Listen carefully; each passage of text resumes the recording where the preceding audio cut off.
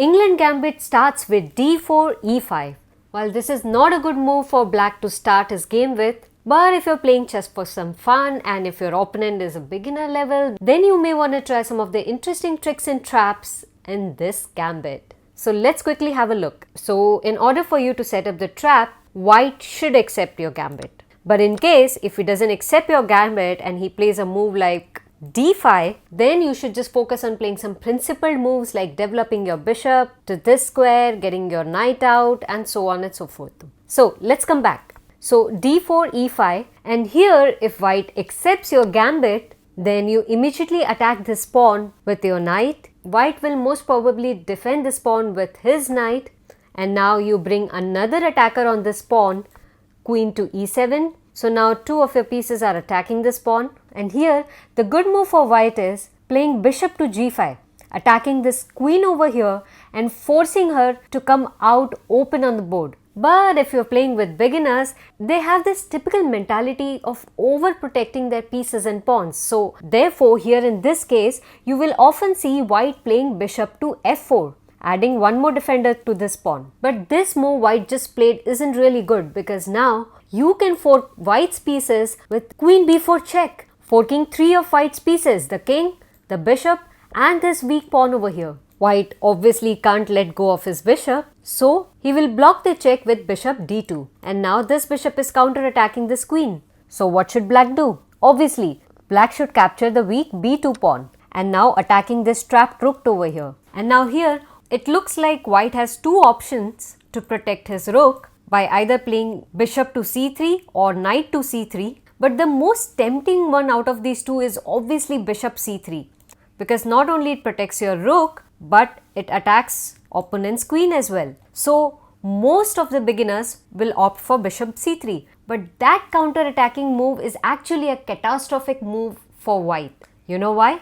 Because black can now play bishop b4, pinning this bishop to the king. So this bishop can capture this queen. So what should white do now? Well, white might just decide to capture this bishop over here, which in that case, you can capture this bishop back with your knight, double attacking this pawn over here and threatening to fork white's pieces. Now the damage has been done and white is sure to lose material. So now he has to choose whether he wants to lose his rook or his knight.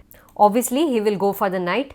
So the only move that saves the game right now is knight to a3, offering black a free piece, which black should happily capture. And now you have played just the 8th move of the game and you are already up a whole piece. And from here onwards, this should be an easy win for black. Let's go back a few moves.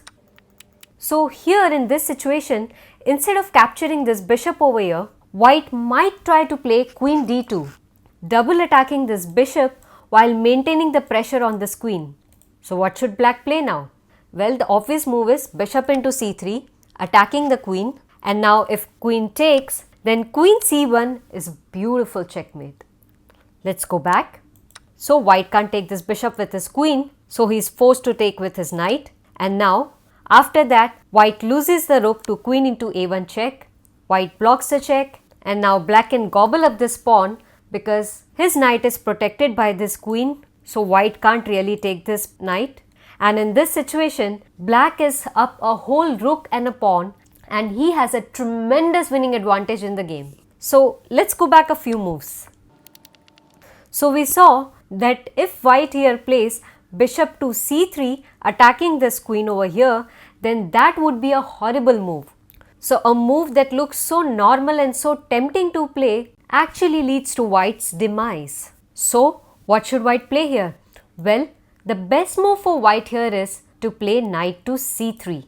And this move actually is so strong for white because white has solidly defended his position, and now black will soon be in trouble because of white's active pieces. Black can't play slow here, so he has to counter attack. He has to play actively. So black plays bishop b4, which is the best move in this scenario. But white now here can play rook to b1, attacking the queen. Queen moves to a3, and now white can play knight to d5, revealing a triple attack on this bishop, as well as threatening to capture this c7 pawn and forking black's pieces. Black is in a lot of trouble here, and that is exactly why I told you in the opening, don't play the Englund Gambit because if your opponent is very skilled in chess and he is able to defend his position solidly, then you might end up in a big trouble. So here, what should black play? So the best move for black here is playing bishop to a5, so that he can take his bishop out of this triple attack, as well as he can guard this c7 pawn over here. Now here white might try to put more pressure on your bishop by playing rook to b5, attacking this bishop one more time. So what should black play now? Now here if you play bishop b6, then that would be a horrible move, because white can simply sack his rook over here, and it doesn't matter now with which of these pawns you capture back. Let's say you capture it with the a pawn, and now white is gonna fork your pieces with knight into c7 check, king comes to d8, and now your rook is gone and you take back the knight with your queen. And here we have reached a position which is completely hopeless for black. First of all, white is up a pawn. Secondly, black's king has lost the right to castle, and he's gonna remain stuck in the center of the board throughout his game, and which is very dangerous. Third, black has doubled pawns over here. Fourth, and look at the c file and the a file, which are semi-open, which white can take advantage of to create attack on black's king. And the fifth disadvantage that black has, it's a completely open position and black no longer has a bishop pair. So let's go back. So here, when the opponent's rook attack your bishop, what should you do? You should definitely not come on this square.